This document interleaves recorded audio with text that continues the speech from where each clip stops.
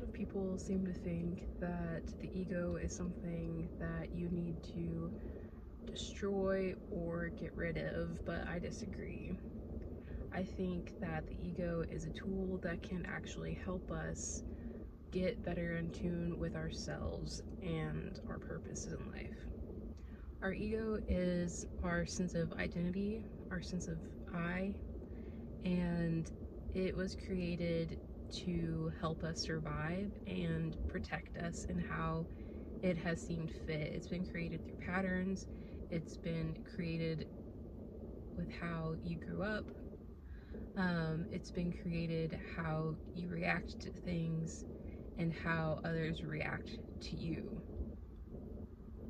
And I've heard so many things about ego death, or how you need to get rid of your ego, or how your ego doesn't serve you, you need to ignore it.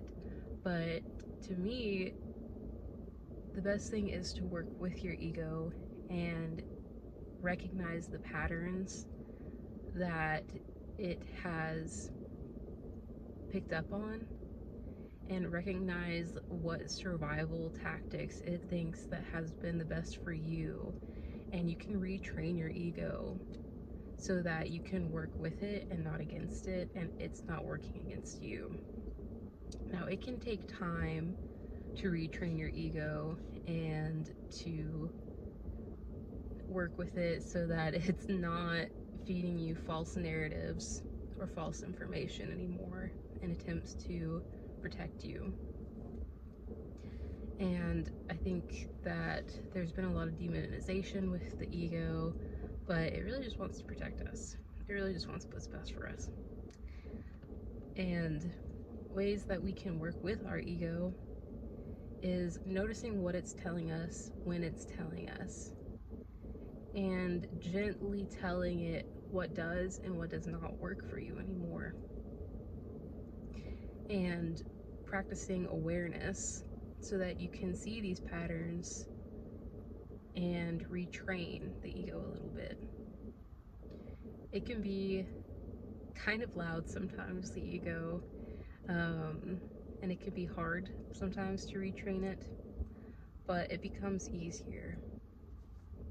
So for some people, the ego is louder than for others.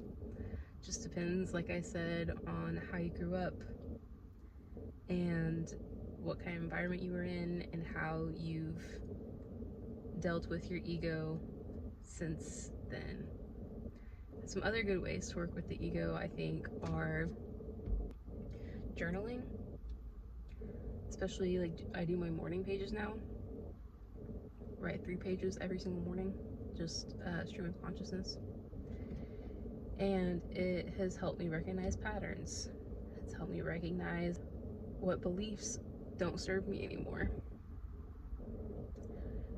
And it's helped me recognize in what areas of my life my ego takes over and I'm not as much in control.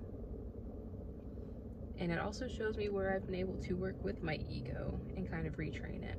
So I think it's really good for reflection, seeing the patterns yourself that you didn't maybe realize that you and your ego have, and then you can start breaking them down from there. So awareness and journaling have been really big for me. And then also, as part of that awareness, noticing like my triggers. Triggers are a really great way of noticing your ego and retraining your ego. Because I get very emotionally triggered, especially things that like relate to my childhood, and my ego is just trying to protect me to not repeat certain ways that people have treated me in the past. So if I get like a whiff of someone even being close to trying to treat me poorly or talk to me poorly,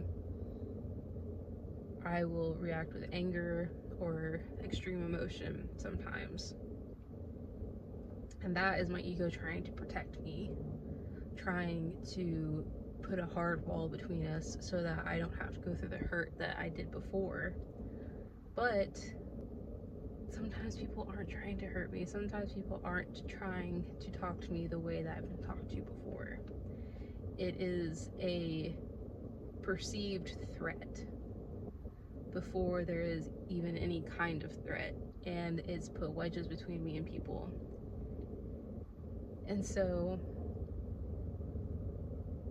while my ego is trying to protect me and help me survive, it's also damaging to myself and to others.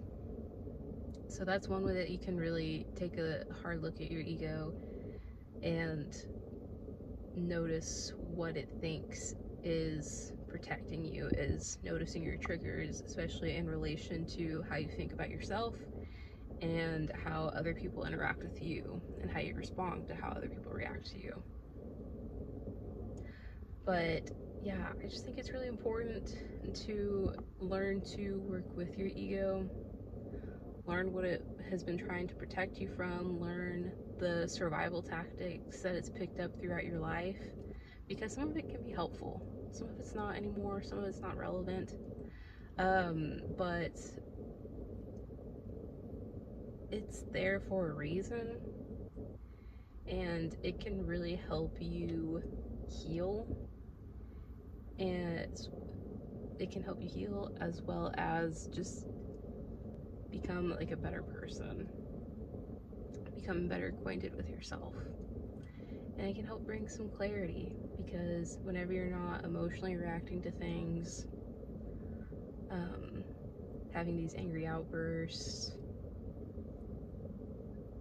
letting your ego get in the way, you can see things a lot more clearly, at least in my experience. So I just think it's important to work with it, retrain it, don't deny it, don't try to kill it, and it can help you. It can make things easier and better. Ego's not an evil thing. It's there to help if you work with it.